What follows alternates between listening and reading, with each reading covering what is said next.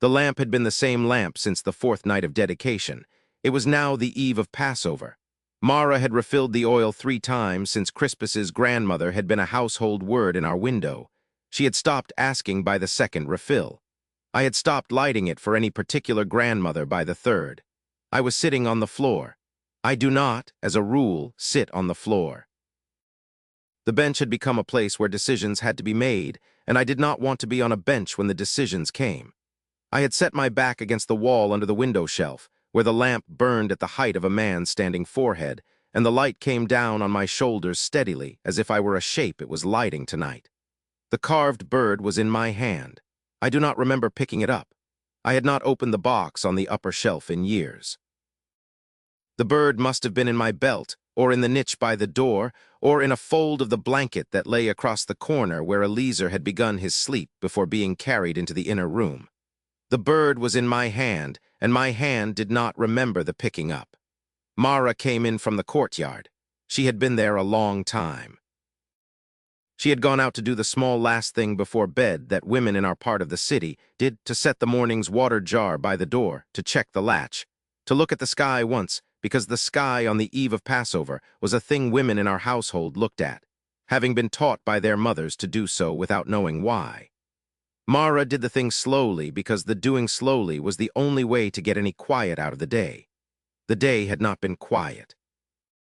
None of the last 7 had. She came in, she did not light a candle. She had seen the lamp on the shelf as soon as she crossed the threshold, and the lamp was enough. She closed the door without sound. She did not slide the inner bolt because Eliezer slept hot and woke when bolts slid. She sat. She did not sit on the bench. She sat on the floor beside me. She had not sat on the floor with me since the 2nd year of our marriage.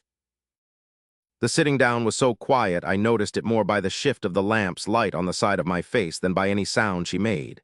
She did not speak first. She would not put a question into a room where she could already see the answer in the back of a man's neck. I said eventually, "They have him." She said, "Who has him?" I said, "Romans, priests, the same machine, I do not know yet which face." The runner who came up the lane just said they have him. She said, "How long ago?" I said, "An hour, maybe 2. He came up from the garden where he had been with his disciples. Judas had pointed him out to a temple guard. There was a kiss." Mara was quiet for the length of a breath. She said, "Judas was the one with the satchel." I said, "He was the one with the satchel." She said, "I never trusted him." She did not say it with triumph. She said it the way a woman says she had never trusted the merchant who sold the cracked jar, as a small administrative fact about her own history with the merchant, which she had not raised before because raising it had served nothing. She said it now because the cracked jar had cracked. I did not answer. She said, "Will you go?" I said, "I do not know. I have to. I cannot." That was the whole of the answer I had. I could not put another word to it that night. I had spent the previous hour at the doorway with my hand on the latch and a cloak over my shoulder and 1 foot already over the sill, and I had not gone. I had come back into the room and sat on the floor instead. The body had voted. The body had voted not to go.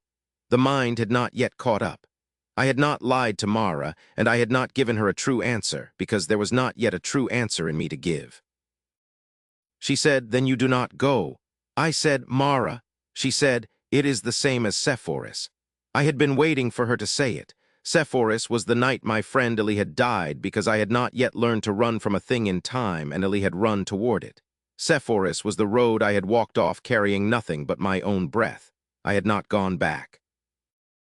I had not, in fact, gone back to a place where a friend was being killed in a way that could not be stopped by my being there. Mara had heard the Sepphoris story over the 1st year of our marriage. She had heard it in pieces and assembled it without my help. She had decided somewhere that the Sepphoris pattern was a pattern about what I should do when I cannot stop a thing that is being done to a man I have begun to love.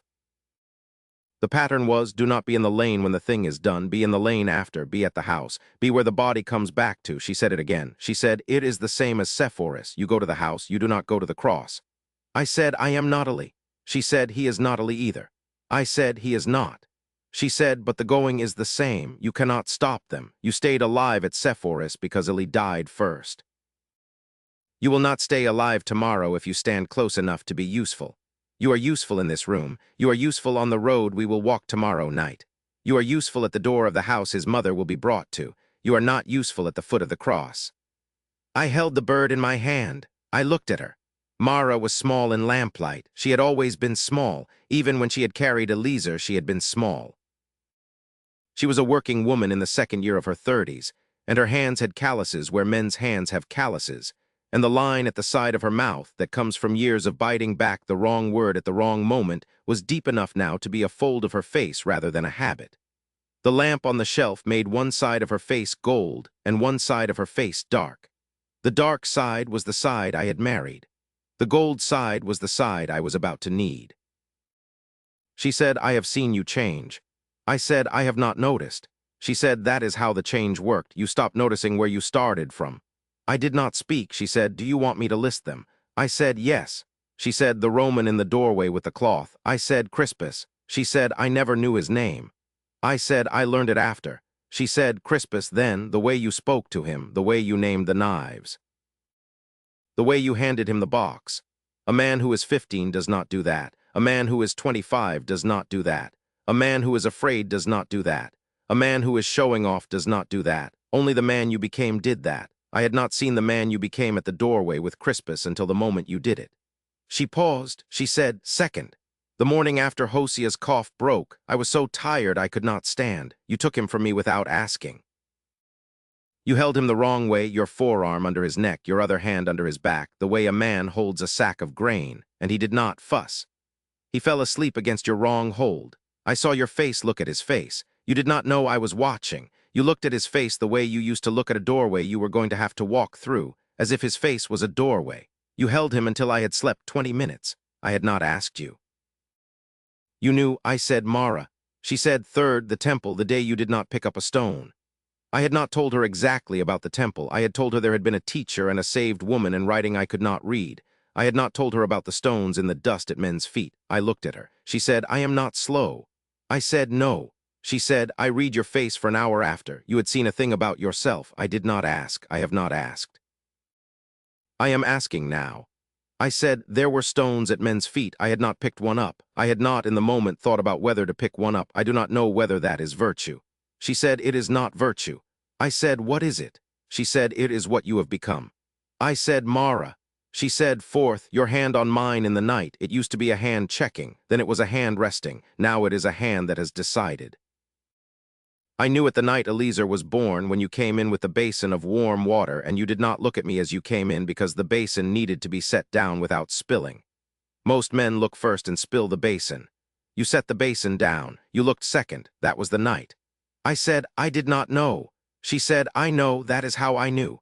She put her hand on my wrist. The hand was small. The wrist was mine. The lamp had been the same lamp since the fourth night of dedication, and the wrist was the wrist that had handed Crispus the box, and the hand was the hand that had handed Mara the unlit lamp, and the room was the room we had been married in, and the floor was the floor of a household I had not been able to imagine at 15, and the woman beside me was the woman I had not been able to imagine at 15. And the bird in my other hand was a thing I had carved one night near a fire, when I had been too young to know what I was carving for. I put the bird in her palm. She closed her fingers around it. She did not look at it. She said, "If they kill him tomorrow, we will still be here. We will still light the lamp. We will still keep the bread." I said, "Yes." She said, "But you will not be the same after." I said, "I know." She said, "I will love who comes back." I did not have words for this for a long time. I said, "Eventually, I do not know what kind of man comes back." She said, "Whoever he is. He will be mine. He will be Eliezer's." I said, "Mara." She said, "Yes." I said, "I am afraid." She said, "I know." She did not say, "Do not be." She did not say, "Be brave." She did not say, "I am afraid too," though she was. She said, "I know." That was the whole of the comfort she gave me that night, and it was the only comfort that has ever fit me then or since. We did not speak again for a long time after. The lamp on the shelf burned down.